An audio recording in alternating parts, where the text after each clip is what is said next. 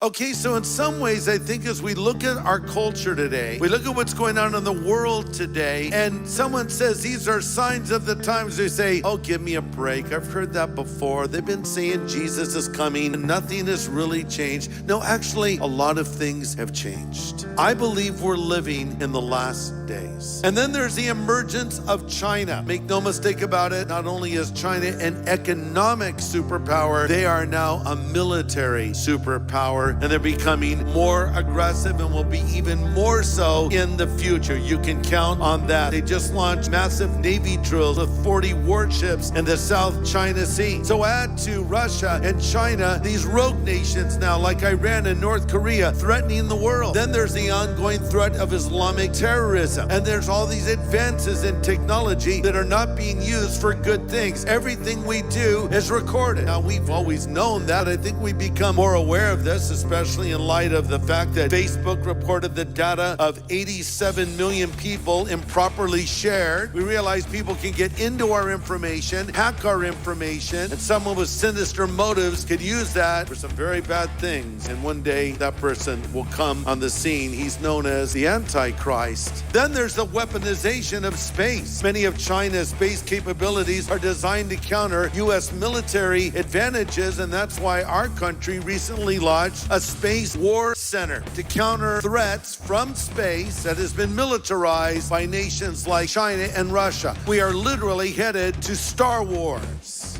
in a very technical sense. Maybe this is why the famous doomsday clock was moved forward in January of this year. And because of all of these threats and new developments, they say it's now 2 minutes to midnight, the closest it's ever been. In other words, this group of atomic scientists are saying because of the level of threat and recent developments, we're 2 minutes till an all-out nuclear exchange. So that's not theologians saying it, that's atomic scientists saying it. And then there's the ongoing conflict in the Middle East. So we scratch our head and we say, what in the world is going on? Ready for the answer? We're racing toward Armageddon. It's like everything is being sped up, moving rapidly toward what the Bible calls the end of days or the last days. Jesus compared it to labor pain. You girls know who've had children that as you got closer to the moment of delivery, your labor pains got closer together, right? And Jesus said that's how it would be in the end times. There would be these warnings, these things that would remind us it's coming. But as we got closer to the actual unfolding of prophetic events, these labor pains or these warning signs would get closer and closer together. And I think we're seeing that happen before us right now. So what are we supposed to do? Remember, Jesus said, when you see these things begin to happen, freak out, right?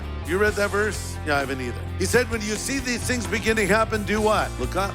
Look up, for your redemption is drawing near. What does that mean? It means look to heaven and be reminded of this, that God is in control. And because of this, we need to know what is happening in our world. This is also called eschatology, the study of end times events. Some would say, well, you really can't understand all of that. It's far too complex. I could not disagree more. In fact, Jesus said, when you see the abomination of desolation spoken of by Daniel the prophet, he says, let the reader understand. Isn't it interesting? So he's talking about a prophetic event that is still in the future, and Jesus says, let the reader understand. Why would it say that if I couldn't understand it? And what does the word revelation mean? It means unveiling, the unveiling. So it is God's desire to reveal, not to conceal. It's to put in plain view, not to hide from us. So we don't have to be afraid of this topic. And in addition, there is a special blessing in Revelation promised to the person who reads the things in the book, hears the things that are in the book, and keeps the things that are in the book. It says, blessed is he who reads and hears the words of this prophecy and keeps the things in it, because the time is near. And I think what is true of studying Revelation is also true of studying Bible prophecy in general.